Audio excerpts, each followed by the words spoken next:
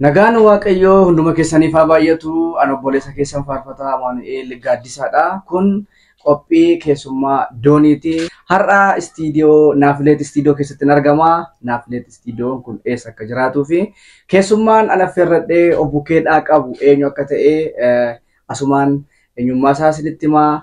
Turtiin keessan hangamuutti nu waliin. Galatoomii ammoo duraan dursuudhaan isa hundumaa nu gargaare Waaqayyoon galateeffachaa keessummaa Doonii ta'ee akka inni yaadduuf carraasaa waan nu kennitaniif baay'ee galatoomii. Ani maqaan koo muuziqeessaa Gechi Taaddasaa jedhama. Kan hin tajaajilu waldaa Makaana Yesuusii Boolee Ambootti argamudha. Akkasumas illee hojii muuziqaa nan hojjedha jechuudha. Faarfannaa nan hojjedha. Egaa muuziqeessaan Gechi Taaddaseen akkuma beekamu muuziqaa hedduu hojjeteera. Namoota reef ol gurguddachaa jiran keessaa isa tokkodha. Egaa akkamii yeroo ammaa kana haalli ati irra jirtu haala muuziqaa keessatti yookaan immoo haala kamiinidha jalqaba akkamitti akkatti jalqabde daawwattoota keenyaaf himte? Okay, galatoomii ammoo kana duraan dursuudhaan ani barnoota barachaa ture. Na osoo atteend godhu fedhii muuziqaallee paaraal godhee guyyaa kaan tireeningii qabna. Guyyaa tireeningii hojjechaa barnootas qo'achaa akkas boolukee deemsisaan ture. Waaqayyoof galatu Diillaa Yuunivarsiitii na qaqqabee Diillaa Yuunivarsiitii namoonni baay'ee yaada garaagaraa na kaasaa turan. Inni tokko akkamitti yuunivarsiitii deemtaa maaliif muuziqaan hojjettu kan naan jedhu yaadni biraa naa kaa ture. Inni tokko immoo lakki yuunivarsiitii xumurii kootuti gara muuziqaatti deebi'ii kan naan jedhu jira. Innaa inda'uun ati isaan keessaa isa tokkodha. Just muuziqaa akka hojjedhu inni duras na kakaasaa ture obboleessi keenya amuuni Waaqayyoo si haa eebbisu. So ani yaada namni naaf kennu nan fudhadha. Yaada namaa fudhadhee keetan garuu yaadni mataa koo fedhiin mataa koo kamidha kan jedhu ittiin deemaa jechuudha. Ayyee gooftaan isaa eebbisu. Innaa achi nan deemee waggaa tokkoffaa nan xumuree baandii Diillaa Focus Ivaasus taphachaan ture jechuudha. Innaa achi deebi'ee waggaa lammaffaa ergiin barachuu jalqabee booda maaliif gara muuziqaatti moor paaraal godhee hojjechuu hin danda'u istiidiyoo faana mana barnootaa akkas atteend gochuun hin danda'ama jedhee yaade sana booda Diillaa Yuunivarsiitii achiin adda adda kuteetan as Rift Valley Yuunivarsiitii nan jalqabee sana booda paaraal gochaa hojii muuziqaa hojjechaa barnoota koositti haffee barana giraajuweet godhaa karaa muuziqaallee na milkaa'aa jira jechuudha. Walumaa galatti barumsas istiidiyoos wal bukkee adeemsaa jirta jechuudha. Ayyee egaa daawwattoota keenya waa malee manni dhaaru jedhu miti waa malee mucaa kana biraan dhufne mucaan kun dandeettii addaadha kan inni qabu. Muuziqaa inni hojjete yookaan immoo muuziqaa inni hojjechaa jiru dhugaa dubbachuuf baay'ee bataam amazing dhugaa baay'ee Waaqayyo si haa eebbisu. Muuziqaa maatii hojjettellee daawwattoonni keenya namoonni hedduun si beekuu dhiisuu danda'u. Gara fuulduraatti garuu namoonni baay'een isaanillee akka isaan si baranii dhufanii hojjetan jechuudha. Amma kan inni jiraatu magaalaa Amboo keessadha kanatti ammata jiraatu. Yeroo tokko namoonni baay'een amma Amboo irratti hojjechuurra Finfinneetti hojjechuudha yeroo itti filatan fa'aa jiru namoonni baay'een namoota akkas amala qabanii fi namoota akkas dandeettii kana qaban yoo itti fayyadaman garuu baay'ee tokko namatti tolaa wal jajjabeessuuf illee gaariidha jechuufan gara istiidiyoo isaa dhufe jechuudha. Samuuna kana hojii bareedaa tokko akka hojjetteettu akkasumas muuziqaan taphatame illee baay'ee akka dinqii ta'e namoonni baay'een koomentii gochaa yeroo isaan turan nan argaa. Tapha obboleessi keenya taphate kana keessa faarfannaa inni hojjete keessa muraasa isaa sin affeerraa faarfannaa eenyudha gara booda kana kan hojjette? Gara boodaa kana faarfannaa baay'eedha. Kan hojjetamaa jiran albaamonni muraasni illee jiru. Isaan keessaas illee kan viidiyoo ta'anii just faarfannaan gaggaarii jiru. Ammuma dandeedha develop gochaa deemama. Just muuziqaa yeroo wayii irratti kan dhaabbatee nagahama kan jedhamu miti. Innaa ammuma yeroodhaan dhufu just ani amala koo keessaa namoota warra kaaniif illee wanti kun experience ta'a jedhee waan yaaduuf kan dubbadha.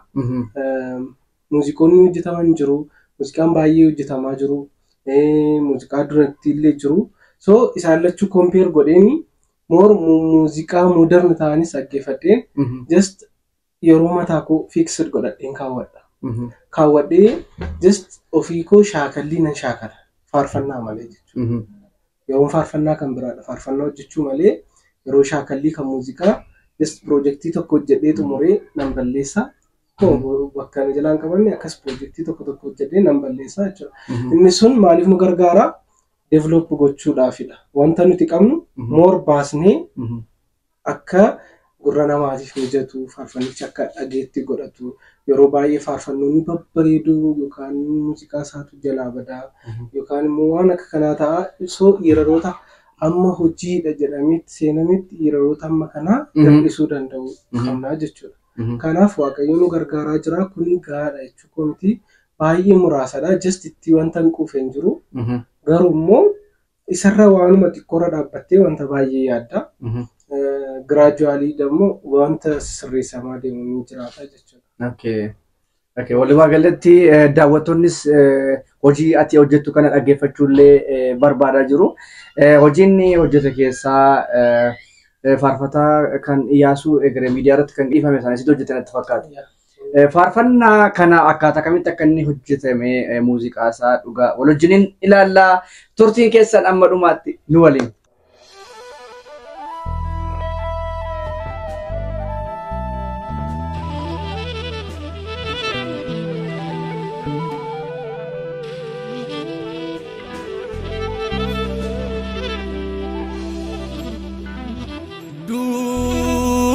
Tom tunturi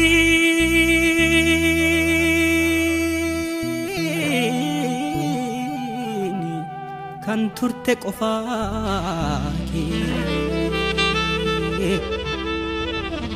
ammallee kan jirtu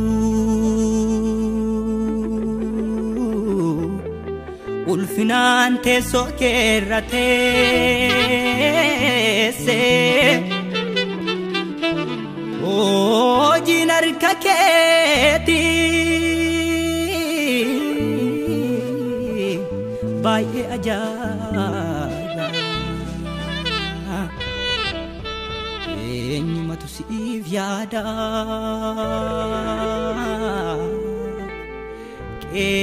akenne beka ajab kanke safu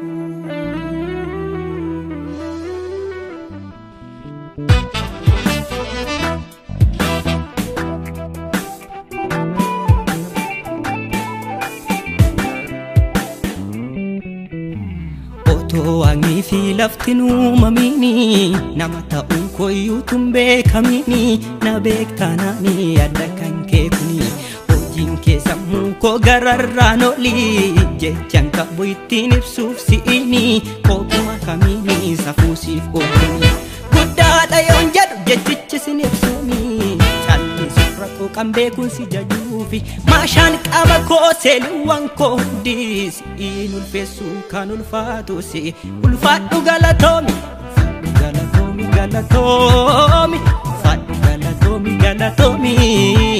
bara nakunani ulfadu galatomi ulfadu galatomi bara nakunani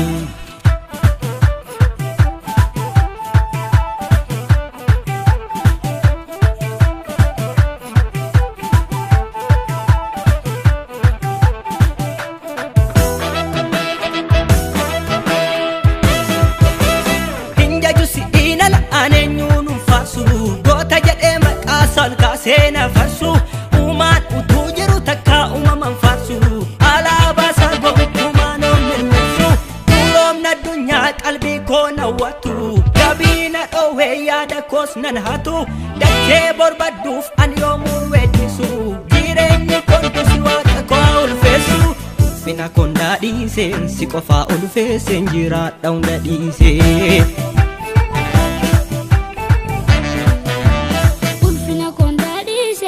Kofa ulfese jira daunda dise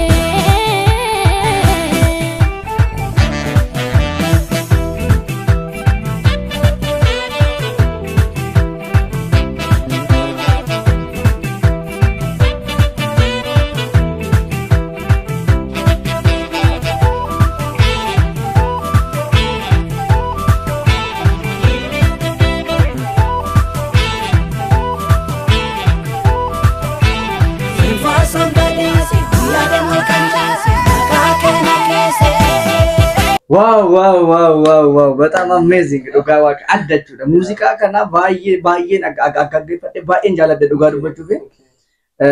Haalli rukuttaasaa akkaataan ati itti buutee baatu baay'ee nama ajaa'iba dhugaa dubbachuu fi egaa faarfannaan shawaan kun baay'ee bareedaadha keessumaa amma shawaa hojjetachuu warri barbaadan kottaa jechuu barbaanna amma kana booda gadi dhufu gama finfinnee gadi dhufanii namoonni baay'een isaanii illee hojjetatu dhugaa dubbachuu fi baay'ee tokko addadha jechuudha baay'ee muuziqaasaa irra deddeebitanii dhaggeeffachuu dandeessu ani baay'ee natti toleera kana qofaallee miti jechuudha baay'eedha heddumminaan kan inni hojjete faarfannaa hedduu hojjeteera jechuudha kan namoota hedduu hojjeteera faarfannoota namoota hedduu keessaallee kan kollee hojjeteera jechuudha faarfannaa waalziidha natti fakkaata waalzii sitti iyyanaa kan jedhu reegee hin barbaadullee faarfannaa hin barbaadu anis hin malee kan hojjete isa jechuudha namoonni naannoo Amboo akkasumas biyyoota garaagaraa magaalaa Amboo sirriitti dhiyaatu koottaate obboleessa keenya biratti jajjabeessaa biratti hojjedhaa gaafa namoonni dhufanii hojjetan amanamummaatiin akka hojjettu adara asumarraani yeroo ammaa kana muuziqeessitoonni hedduun yeroo isiniin jedhu namoota muraasa kan seera qabeessaan kwaalitiidhaan faarfattoota kan seera qabeessaan kan gaggeessaa jiranii fagina irratti birriirraa saamuudhaan faarfannaa hojjenna jechuudhaan guyyaa jedhamee ala baasuudhaan faarfattoota baay'ee kan boosisaa oolan hedduutu jira jechuudha.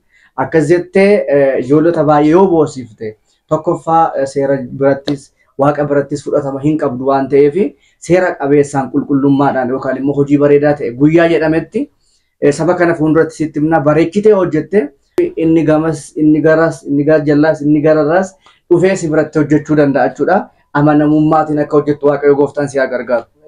Kanaaf dhaamsa ati faarfattootaafis qabdu yoo jiraate muuziqeessitootaafis dhaamsa ati qabdu yoo jiraate kana yeroon jedhu muuziqeessitoonni hedduutu jira jechuudha. Mucaa kana caala kan taphatan dandeettii guddaa kan qabanii jiru. Garuu yeroo kana booda waaqa nu gargaare taphachuu dandeettii qabaachuu otoo hin ta'in amala qabaachuu amanamummaatiin hojjechuun guddaa barbaachisaadha jechuudha. Kanaaf illee isa kana qofa otoo hin ta'in muuziqeessitoota biraallee hin affeerranna waan ta'eef abbaan carraa eenyuun akka bira deemnee dubbisnu hin beeknu muuziqeessitoonni daandii gadhiisanii iddoo biraa jiru yoo ta'e illee akka isaan gara daandii sirriitti akka isaan deebi'anii asumarraan dhaamsan qabaadha seera qabeessummaan amanamummaatiin akka isaan hojjetanii guyyaa jedhametti tuusaan baasanii fi yeroo tokko tiraanispoortii baasanii dhufanii naqqamte irraa ba'anii finfinnee ga'anii bilbila fakan jalaa cufatantu jira jechuudha. Maaliif gaafa beekamtii argachaa deemanii akka garaatti namoota yeroo isaan boosisaa oolan hin arginas hin dhageenyas waan ta'eef seera qabeessaatti erga waaqayyo si gargaaree akka kanaatti hojjechuu qabda. Mucaan kun mucaa reef ol guddatu waan ta'eef jajjabeessuun gaariidha jechaafan gara istiidiyootti argame. Kanaaf faarfannaa keessatti hojii faarfannaa keessatti wanti guddaa namichi illee inni faarfatu illee muuziqeessaan illee waliigalee hojjechuudhaaf beellamni baay'ee murteessaadha. Yeroo baay'ee kan namoota baay'ee karaa namoonni dhufan illee namoonni faarfannaa hojjechuu fedhii qaban illee akka fedhiin qaban gochuu kan danda'u beellama sana duubatti siqsuudha jechuudha. Namoonni yeroo baay'ee wantoonni akka kanaa ni mudatu. Keessattuu namoonni just naannaa baadiyyaa irraa dhufanii neetworkii sababa neetworkii ta'uu danda'a walii bilbiluu irraa fakkeenyaaf beellama walii qabatu garuu walii yaadachiisanii osoo hin beekin guyyichi hin gahaa hin dhufaa garuu beellamichi immoo darbuu hin qabu jechuudha. Anamma yeroo baay'ee dhugaa dubbachuuf yoo ta'e maybe faarfattoonni tokko asuma nu ilaaluu danda'u faarfannaan hojjedhee ani beellama koo irratti waamee beellama koo irratti dhufanii guyyaa biraa deebi'an hin qaban ofii koo irrariyaan hojjedhe even algaallee kaffalee ofii koo akka adabbiitti of adabeen isaan keessummeessaan ture jechuudha. Ijoolleenis beekuu namoonni faarfannaa eeyyeen jedhanii kan dhugaana ba'an illee tokko jiru jechuudha. So beellamni baay'ee barbaachisaadha. Faarfannaan kennaadha. Inni tokko obboleessi isaa yookaan firri isaa waan faarfateef inni tokko akka ka'ee faarfachuu hin qabu. Kennaa mataa isaa waan of danda'e waan ta'eef keessattuu yeroo baay'ee irra deddeebi'ee kan mudatu faarfataan tokko naannaa tokkorraa yoo baase anumaaf hin baasu jedha malee just kennichi jira irratti kadhadheera qophaa'eera wanti jedhamu hin jiru jechuudha. Even yeroo baay'ee irra deddeebi'ee kan nama mudatu namoonni tokko naannoo tokkorraa yeroo dhufan nama 10 nama 6 nama 8 ta'anii yeroo ulfaana dhufan jiru. Maalatti fakkaata jettaamu keessattuu tokko itti qophaa'ee irratti kadhatee gaafa dhufu namoonni naannoo sana na eeggifaa waan jedhanii qobaasaa akka deemneef waan akka kanaa walatti fakkaata. Innaa qophii barbaada faarfannaan kadhata barbaada faarfannaan duratti hojjetamaa jiraniif ammoo hojjetamaa jiran waliif fakkaatanii maaliifidha? Even ergaansaa hawwataa taasisuu irratti mata duree faarfannichaa fa'aa gatee fa'aa deema osoo hin beekin lakkoofsa jalatti kiluu isaa yoo argatte gadhiisaa deemaa jechuudha. Yaada tokko qabatee hin deemu. Naa wantoonni kun dirqama wantoota furamuu qabanidha. Okay, sirriidha. Wanti furamuu qabu baay'eetu jira. Mudannoo fa'aa qabaatte istiidoo kee keessatti wanti mudatee fa'aa yoo jiraate istii daawwattoota keenyaaf. Mudannoon nafamu mudannoo baay'eetu jira. Innaa al tokko just maqaa meeshiriin godhoo namoota lama dhufaniiru. Faarfannaa baasaniiru. As dhufan istiidoo kana. As dhufanii tataa'aniiru jechuudha. Inni tokko ji'a tokko dura faarfannaa namarratti baaseera. Inni sun immoo waldaa keessatti akka inni jajjabaatuuf isatu geggeessaa ture. Bakka isatu gara tajaajilaatti ofii akka guddiseetti hidhee dhufeera jechuudha. Qabatee dhufee. Innaa kan si dhibu namichichi inni haaraa dhufe kun faarfannaa faarfachuu waan hin barbaaduuf jalqaba garaa keenya qulqulleeffannee gara faarfannaatti seennaa jedhe. Bakka garaa keenya qulqulleeffannaa ani isatti qabamee waan hin jiruuf ammoo garaa keenya qulqulleeffannee waraabamnaa jedhe. Ishi maaliif itti qabamtee jedhee gaafadhaa jechuudha. Maaliif itti qabamte jennaan ergiin ati faarfannaa isaa hojjettee kaastee of tuulummaan baay'eetti namni foonii kaawwatee deemaa sanbata faarfannaa isaa qofa banamaa bakka nuun dubbisu naannaa jiraannutti duratti wajjin guddannee amma bakka nutti jijjiirame dhibbatti nutti jijjiirame. Yeroo sana fuulli sanatti jijjiirama. Lachuu isaanii kan sibiilu baay'ee nama gurguddoodha jechuudha. Waggaa 30 fa'aa keessa ta'u. Nama gurguddoodha. Fuulli isaa dhibbatti nutti hin jijjiirame hidda isaa kaasee inni aare. Maal jedhaa akka dhiisii.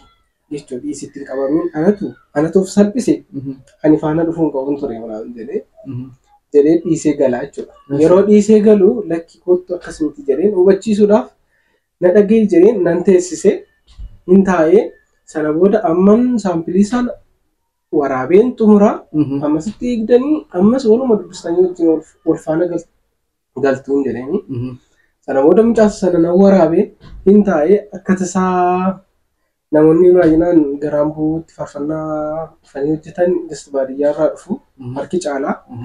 So sana booda just qabdii naa kennin jedheen. Maallaqa naa kennee. Mucaasa haaraa dhufe sana maallaqa naa kenniti just bakka faarfannaa kee beellama qabanneerraa dhuftee fudhattaa vookaalii hundumtuu si xumuramaa jedhame sana booda gichi dhugaa waaqa kun harka kee kun dhugaa waaqa birrii tokko biroo kakkachuun hin barbaachisu bakka gaafatti qophooftee naaf iddaan jedheen jennaan namichi inni sun itti aaree jira miti dura sila gaayyoo gurgurree dhufne kenniifi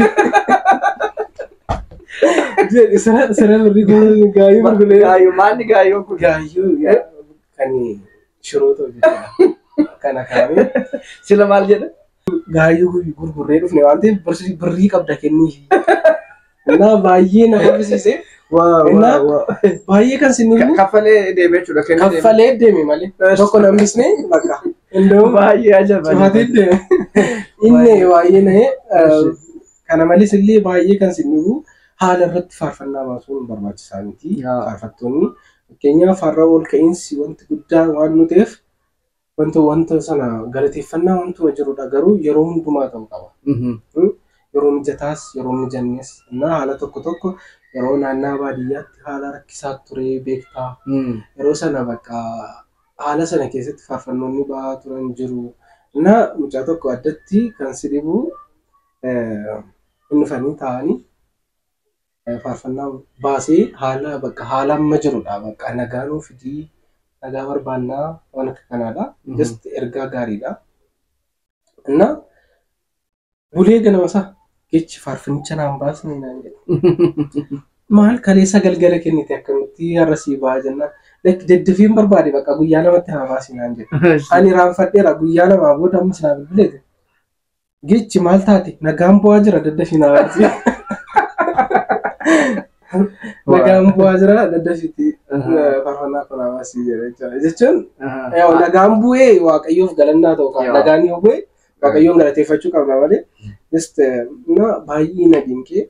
Baay'ee waaqayyo gooftaan si haa eebbisu egaa daawwattoota keenya kanarraa waa hubattaniitti hodheen yaada mudannoo hedduutu jira isinillee mudannoo baay'ee qabdu kana jechuun wal jajjabeessumaaf asitti argamne malee waan biraaf mini dhaamsa yoo kan qabdoo jiraate kanatti galateeffattu maatiis ta'uu danda'a namoota muuziqeessitoota tokko tokkos faarfatootas ta'uu danda'a asumarraan dhaamsa qabdu walumaa galatti dhaamsa keessatti niyyeeffadhuuti hin golomna. Merci. Baay'ee galatoomii jalqabaa maatii koo galateeffachuu nan barbaada sadarkaa kana akka ga'uuf kan na taasisedha keessattuu abbaan koo yeroo ani gibbii deemeen muuziqaan hojjedha fedhii muuziqaan qaba yeroo callisi baradhu naan hin jennu barachuu nan danda'a garuu fedhii koo naa eeganiiru bakka yeroo baay'ee namoonni tokko tokko ijoolleen isaanii doktora piroofeesara akka ta'u barbaadu garuu fedhiin ijoollee immoo barbaachisaadha. Fedhiin kee ati dallaalaa ta'uu barbaaddee warri kee immoo piroofeesara akka taatu barbaadu. Lachuu keessan dogoggora hin qabdan. Garuu immoo fedhii kee fooloo yoo goote wanta sanarratti wanta gaarii galmeessisuu dandeessa jechuun barbaade. Innaa kanaaf galateeffachuu fedhii keessan maal akka hojjechuu barbaadan maal taalentii akkamiin keessa jira. Isa kamiyoon hojjedheen galma ga'uu danda'a isa jedhu irratti baay'ee xiyyeeffachuu qabdu. Innaa kana malees immoo qophii kana qopheessitee haala kanaan qophii bareedaa irratti haasofnu irratti meebii namoonni baay'ee irraa baratanii kan wanta irra jiran irratti wanta baay'ee dabalatan jedhee kan yaadu qophiin qopheessiteetta. Akkasumas doonii miidiyaa kana thank you jechuun barbaada. Baay'ee galatoomii.